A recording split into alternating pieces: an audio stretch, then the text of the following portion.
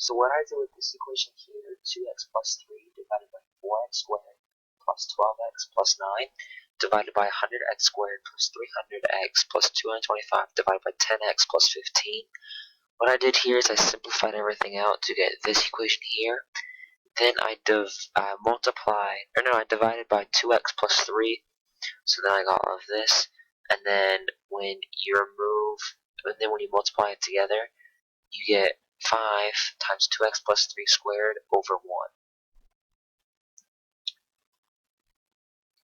In this equation, 10 divided by 16x squared plus 40x plus 25 minus 1 divided by 4x plus 5.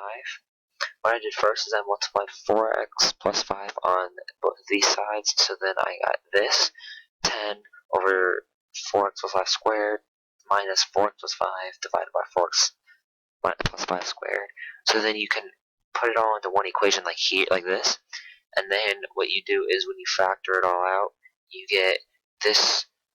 This just turns into 4x plus 5 squared, and this turns into 4x minus 5. The equation for C was a little more difficult to find the numbers for, because you can only use certain integers a certain amount of times.